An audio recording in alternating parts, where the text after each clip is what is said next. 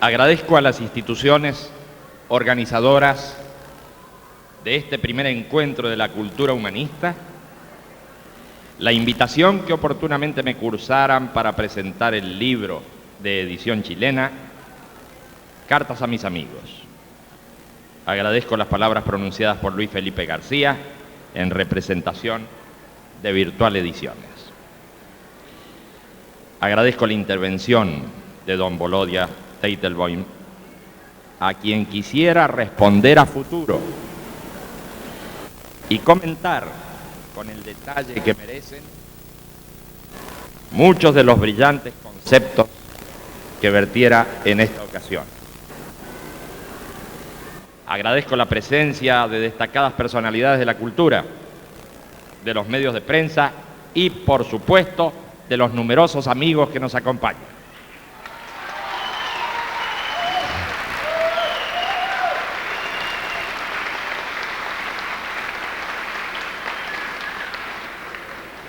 En esta breve exposición, quisiera ambientar el libro que hoy se lanza públicamente, destacando que no se trata de una obra sistemática, sino de una serie de comentarios presentados en el conocido y tantas veces utilizado estilo epistolar.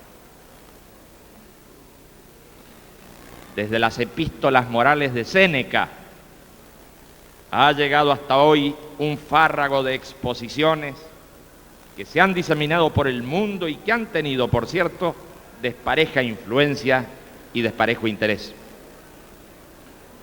Hoy ya son muy conocidas las cartas abiertas, que si bien parecen dirigidas a una persona, una institución o un gobierno, están escritas con la intención de que lleguen más allá del destinatario explícito, es decir, con la intención de que lleguen a los grandes públicos. En este último sentido es que se ha pensado nuestro presente trabajo. El título completo del volumen es Cartas a mis amigos sobre la crisis social y personal en el momento actual. ¿Quiénes son estos amigos a quienes se dirigen las misivas? Son sin duda aquellas personas que coinciden o difieren con nuestra postura ideológica, pero que, en todos los casos, lo hacen con la genuina intención de lograr una mayor comprensión y una mejor adecuación de la acción para superar la crisis que estamos viviendo. Esto en cuanto al destinatario. En cuanto a la temática, no se ha dejado de destacar el campo de crisis dentro del que se inscriben tanto las sociedades como los individuos. Al concepto de crisis lo consideramos en su sentido más habitual de término de un acontecer que se resuelve en una u otra dirección. La crisis hace salir de una situación e ingresar en otra que plantea sus propios problemas. Se entiende popularmente a la crisis como una fase peligrosa de la que puede resultar algo beneficioso o pernicioso para las entidades que la experimentan, y estas entidades son, en este caso, la sociedad y los individuos. Para algunos es redundante considerar a los individuos, ya que se los implica al hablar de la sociedad, pero desde nuestro punto de vista esto no es correcto, y la pretensión de hacer desaparecer a uno de los términos se apoya en un análisis que no compartimos. Con esto doy por concluido el comentario sobre el título del libro. Ahora bien, el orden razonable del discurso indica que se debería entrar en tema con el estudio de los contenidos de la obra. Sin embargo, preferiríamos no seguir esa secuencia escolar, sino adentrarnos en las intenciones que han determinado a toda esta producción. Estas intenciones son las de recoger el pensamiento del nuevo humanismo y volcar su dictamen sobre lo que hoy nos toca vivir.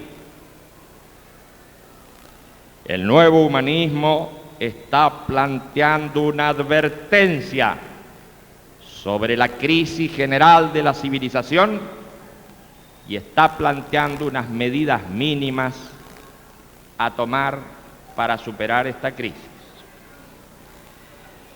El nuevo humanismo es consciente del apocalipsismo de fin de siglo y de fin de milenio, de acuerdo a lo que enseña la historia. Bien sabemos que en estas coyunturas epocales se levantan las voces de quienes proclaman el fin del mundo y que, traducidas a distintos folclores, señalan o el fin del ecosistema, o el fin de la historia, o el fin de las ideologías, o el fin del ser humano atrapado por la máquina, etc. Nada de esto sostiene el nuevo humanismo. Él simplemente dice, amigos, hay que cambiar el rumbo. Que nadie quiere oírnos, que estamos equivocados, pues enhorabuena, porque si estamos equivocados, las cosas marchan por un camino justo y vamos recorriendo la vía hacia el paraíso en la tierra. Algunos estructuralistas nos dirán que la crisis actual es una simple reacomodación del sistema, un reordenamiento necesario de factores en un sistema que sigue realimentando el progreso. Algunos postmodernistas afirmarán que simplemente se ha desajustado el relato del siglo XIX y que los decididores sociales están ofreciendo un incremento de poder y de pacificación gracias a la transparencia tecnológica y comunicacional.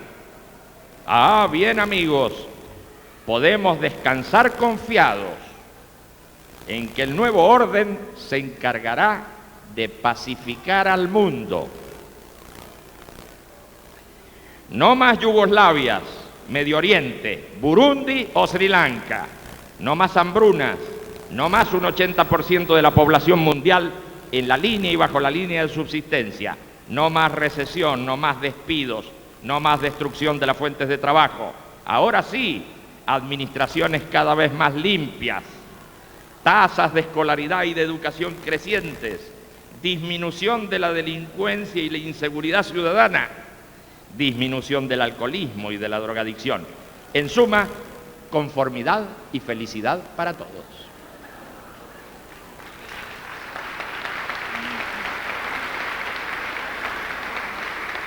Eso está bien, amigos. Seamos pacientes. El paraíso está muy cerca. Pero si esto no fuera así, si la situación actual siguiera en deterioro o se perdiera el control, ¿cuáles serían las alternativas a seguir?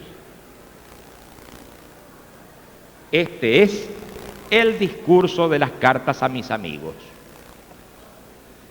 Y no creemos que sea ofensivo considerar, a modo de tímida opinión, la posibilidad de que ocurra un penoso desenlace. Nadie se ofende porque los edificios cuenten con sus escaleras de emergencia, que los cines y los lugares de reunión pública estén pertrechados con equipos de extinción, con puertas de escape. Nadie protesta porque los estadios deportivos se vean obligados a habilitar portones de salida suplementaria. Y por supuesto, cuando uno va a un cine o entra a un edificio, no está pensando en incendios ni en catástrofes, porque todo se entiende en el contexto que pone la prudencia.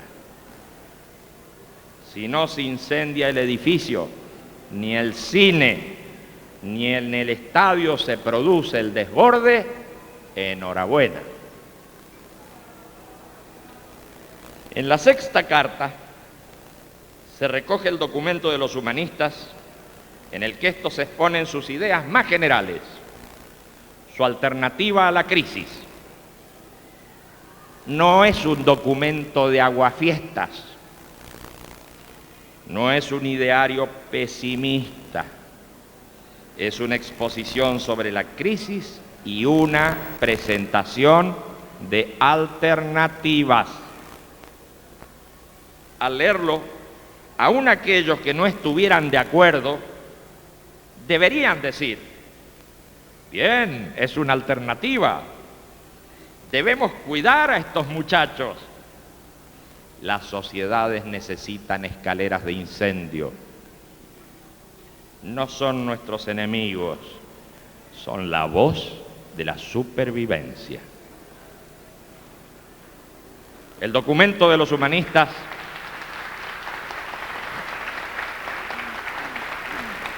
que recoge la carta sexta nos dice: los humanistas ponen por delante la cuestión del trabajo frente al gran capital, la cuestión de la democracia real frente a la democracia formal, la cuestión de la descentralización frente a la centralización, la cuestión de la antidiscriminación frente a la discriminación, la cuestión de la libertad frente a la opresión, la cuestión del sentido de la vida frente a la resignación, la complicidad y el absurdo.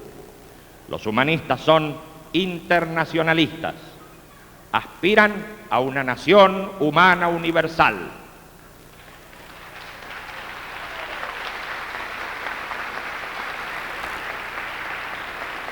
Comprenden globalmente el mundo en que viven y actúan en su medio inmediato. No desean un mundo uniforme, sino múltiple, múltiple en las etnias, lenguas y costumbres, múltiple en las localidades, las regiones y las autonomías, múltiple en el trabajo, múltiple en la creatividad.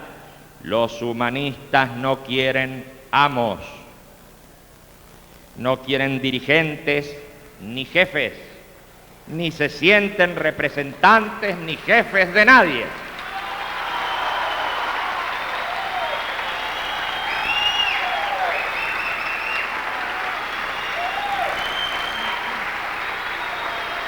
Y al final del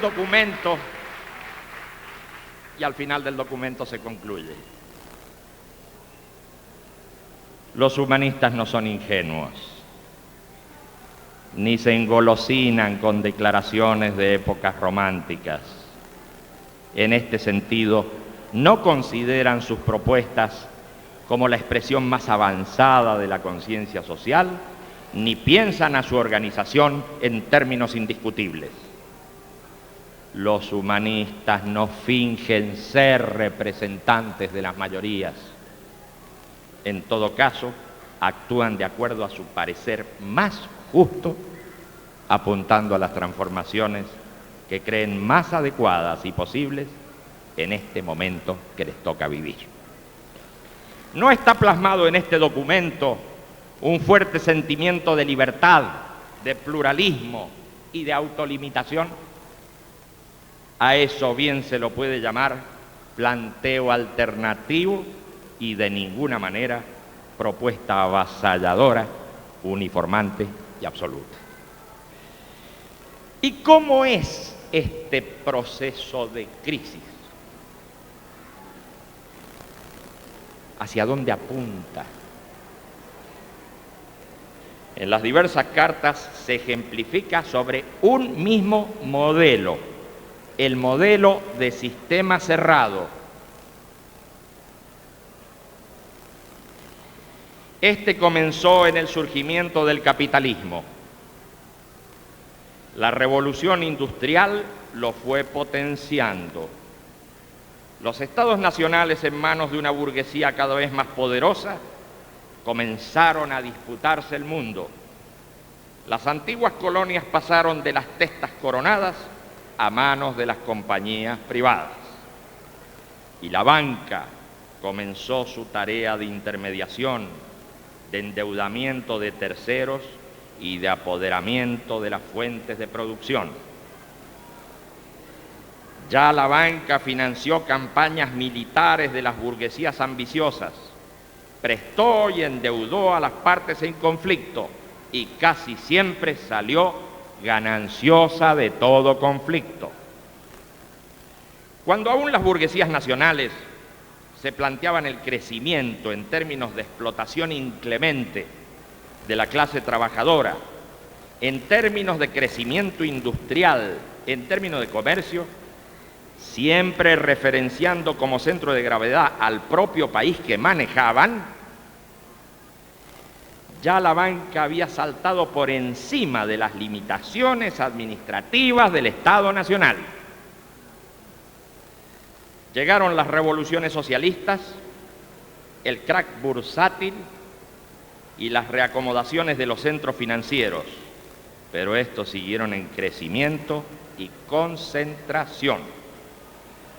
Luego del último estertor nacionalista de las burguesías industriales, luego del último conflicto mundial, quedó claro que el mundo era uno, que las regiones, los países y los continentes quedaban conectados y que la industria necesitaba del capital financiero internacional para sobrevivir. Ya el Estado Nacional comenzó a ser un estorbo para el desplazamiento de capitales, bienes, servicios, personas y productos mundializados. Comenzó la regionalización y con ello el antiguo orden empezó a desestructurarse. El viejo proletariado, que en su momento era la base de la pirámide social, arraigada en las industrias extractivas primarias y que pasó poco a poco a formar parte de los regimientos de trabajadores industriales, empezó a perder uniformidad. Las industrias secundarias y las terciarias, los servicios cada vez más sofisticados, fueron absorbiendo mano de obra en una reconversión continua de los factores de producción. Los antiguos gremios y sindicatos perdieron poder de clase, direccionándose hacia reivindicaciones inmediatas de tipo salarial y ocupacional. La revolución tecnológica provocó nuevas aceleraciones en un mundo desparejo, en el que vastas regiones postergadas se alejaban cada vez más de los centros de decisión. Esas regiones colonizadas, expoliadas y destinadas a ocupar sectores de abastecimiento bruto en la División Internacional del Trabajo, cada vez vendían más barata su producción y cada vez compraban más cara la tecnología necesaria a su desarrollo. Entre tanto, las deudas contraídas para seguir el modelo de desarrollo impuesto seguían creciendo. Llegó el momento en que las empresas necesitaron flexibilizarse, descentralizarse, agilizarse y competir. Tanto en el mundo capitalista como en el socialista, las estructuras rígidas comenzaron a resquebrajarse al tiempo que se imponían gastos cada vez más agobiantes para mantener en crecimiento a los complejos militar-industriales. Sobrevino entonces uno de los momentos más críticos de la historia humana. Y es allí, desde el campo socialista, desde donde comenzó el desarme unilateral. Solo la historia futura determinará si aquello fue un error o fue precisamente lo que salvó a nuestro mundo del holocausto nuclear. Toda esta secuencia es fácilmente reconocible y así llegamos a un mundo en el que la concentración del poder financiero tiene postrada a toda industria, a todo comercio, a toda política, a todo país y a todo individuo. Comienza la etapa del sistema cerrado y en un sistema cerrado no queda otra alternativa que la desestructuración. En esta perspectiva, la desestructuración del campo socialista aparece como el preludio de la desestructuración mundial que se acelera vertiginosamente. Este es el momento de crisis en el que estamos ubicados. Pero la crisis tiende a resolverse en diversas variantes, por simple economía de hipótesis y además, para ejemplificar en grandes trazos, en las cartas se esbozan dos posibilidades. Por una parte, la variante de la entropía de los sistemas cerrados y por otra parte, la variante de la apertura de un sistema cerrado merced a la acción no natural, sino intencional del ser humano. Veamos la primera, matizada con un cierto pintoresquismo descriptivo. Es altamente probable la consolidación de un imperio mundial que tenderá a homogeneizar la economía, el derecho, las comunicaciones, los valores, la lengua, los usos y costumbres. Un imperio mundial instrumentado por el capital financiero internacional que no habrá de reparar aún en las propias poblaciones de los centros de decisión. Y en esa saturación, el tejido social seguirá su proceso de descomposición.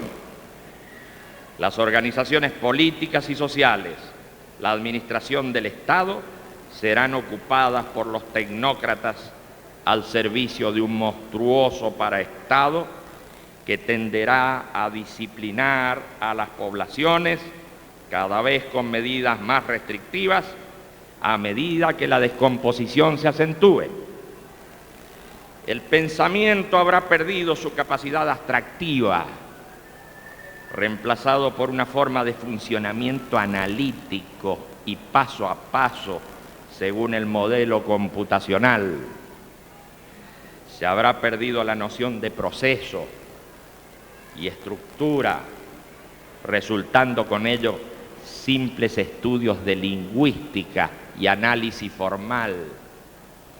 La moda, el lenguaje y los estilos sociales, la música, la arquitectura, las artes plásticas y la literatura resultarán desestructuradas y, en todo caso, se verá como un gran avance la mezcla de estilos en todos los campos, como ocurriera en otras ocasiones de la historia con los eclecticismos de la decadencia imperial. Entonces, la antigua esperanza de uniformar todo en manos de un mismo poder se desvanecerá para siempre.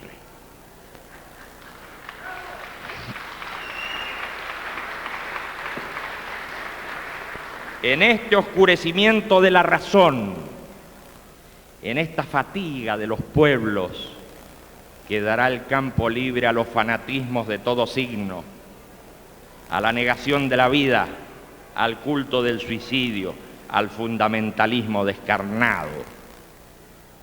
Ya no habrá ciencia, ni grandes revoluciones del pensamiento, solo tecnología, que para entonces será llamada ciencia. Resurgirán los localismos, las luchas étnicas, y los pueblos postergados se abalanzarán sobre los centros de decisión en un torbellino en el que las macrociudades anteriormente hacinadas quedarán deshabitadas. Continuas guerras civiles sacudirán a este pobre planeta en el que no desearemos vivir. En fin, esta es la parte del cuento que se ha repetido en numerosas civilizaciones en un momento en que creyeron en su progreso indefinido. Todas esas culturas terminaron en la disolución, pero afortunadamente, cuando unas cayeron, en otros puntos se erigieron nuevos impulsos humanos y en esa alternancia lo viejo fue superado por lo nuevo. Está claro que en un sistema mundial cerrado no queda lugar para el surgimiento de otra civilización, sino una larga y oscura Edad Media mundial.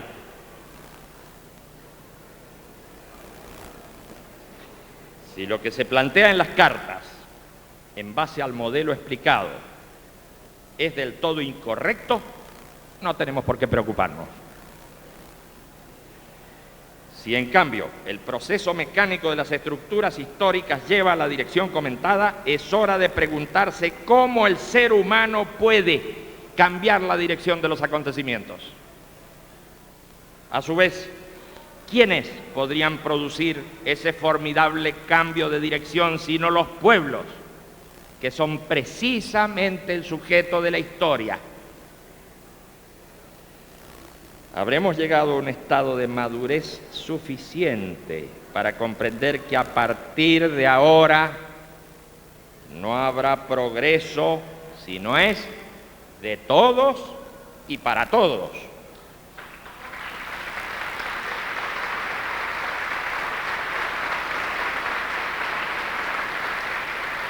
Esta es la segunda hipótesis que se explora en las cartas. Si hace carne en los pueblos la idea de que, y es bueno repetirlo, no habrá progreso si no es de todos y para todos, entonces la lucha será clara. En el último escalón de la desestructuración, en la base social, empezarán a soplar los nuevos vientos. En los barrios, en las comunidades vecinales, en los lugares de trabajo más humildes, comenzará a regenerar el tejido social. Este será aparentemente un fenómeno espontáneo. Se repetirá en el surgimiento de múltiples agrupaciones de base que formarán los trabajadores ya independizados de la tutela de las cúpulas sindicales. Aparecerán numerosos nucleamientos políticos sin organización central, en lucha con las organizaciones políticas cupulares. Comenzará la discusión en cada fábrica, en cada oficina, en cada empresa. De los reclamos inmediatistas se irá cobrando conciencia hacia la situación más amplia en la que el trabajo tendrá más valor que el capital y en la que el riesgo del trabajo será más clara que el riesgo del capital a la hora de considerar prioridades. Fácilmente se llegará a la conclusión de que la ganancia de la empresa debe reinvertirse en abrir nuevas fuentes de trabajo o derivar hacia otros sectores en los que la producción siga aumentando, en lugar de derivar hacia franjas especulativas que terminan engrosando el capital financiero, que producen el vaciamiento empresarial y que llevan a la posterior quiebra del aparato productivo. El empresario comenzará a advertir que ha sido convertido en simple empleado de la banca y que en esta emergencia su ayuda natural está en el trabajador. El fermento social comenzará a activarse nuevamente y se desatará la lucha clara y franca entre el capital especulativo en su neto carácter de fuerza abstracta e inhumana y las fuerzas del trabajo, verdadera palanca de la transformación del mundo. Empezará a comprenderse de una vez que el progreso no depende de la deuda que se contrae con los bancos, sino que los bancos deberán otorgar créditos a la empresa sin cobro de intereses. Y también quedará claro que no habrá forma de descongestionar la concentración que lleva al colapso, sino es mediante una redistribución de la riqueza hacia las áreas postergadas.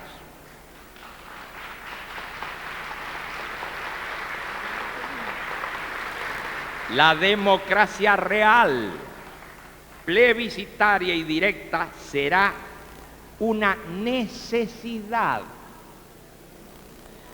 porque se querrá salir de la agonía de la no participación y de la amenaza constante del desborde popular. Los poderes serán reformados, porque ya habrán perdido todo crédito y todo significado las estructuras de la democracia formal dependiente del capital financiero. Sin duda, este segundo libreto de crisis se presentará luego de un periodo de incubación en el que los problemas se agudizarán. Entonces, comenzará esa serie de avances y retrocesos en que cada éxito será multiplicado como efecto de demostración en los lugares más remotos gracias a las comunicaciones instantáneas. Ni siquiera se tratará de la conquista de los estados nacionales, sino de una situación mundial en la que se irán multiplicando estos fenómenos sociales antecesores de un cambio radical en la dirección de los acontecimientos. De este modo, en lugar de desembocar el proceso en el colapso mecánico tantas veces repetido, la voluntad de cambio y de dirección de los pueblos comenzará a recorrer el camino hacia la nación humana universal. Es esta segunda posibilidad, es a esta alternativa a la que apuestan los humanistas de hoy. Tienen demasiada fe en el ser humano como para creer que todo terminará estúpidamente.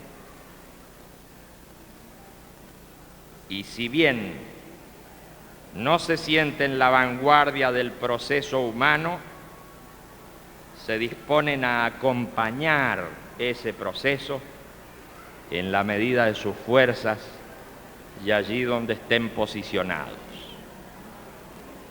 No quisiera tomar más tiempo de comentar el libro que hoy tenemos en nuestras manos.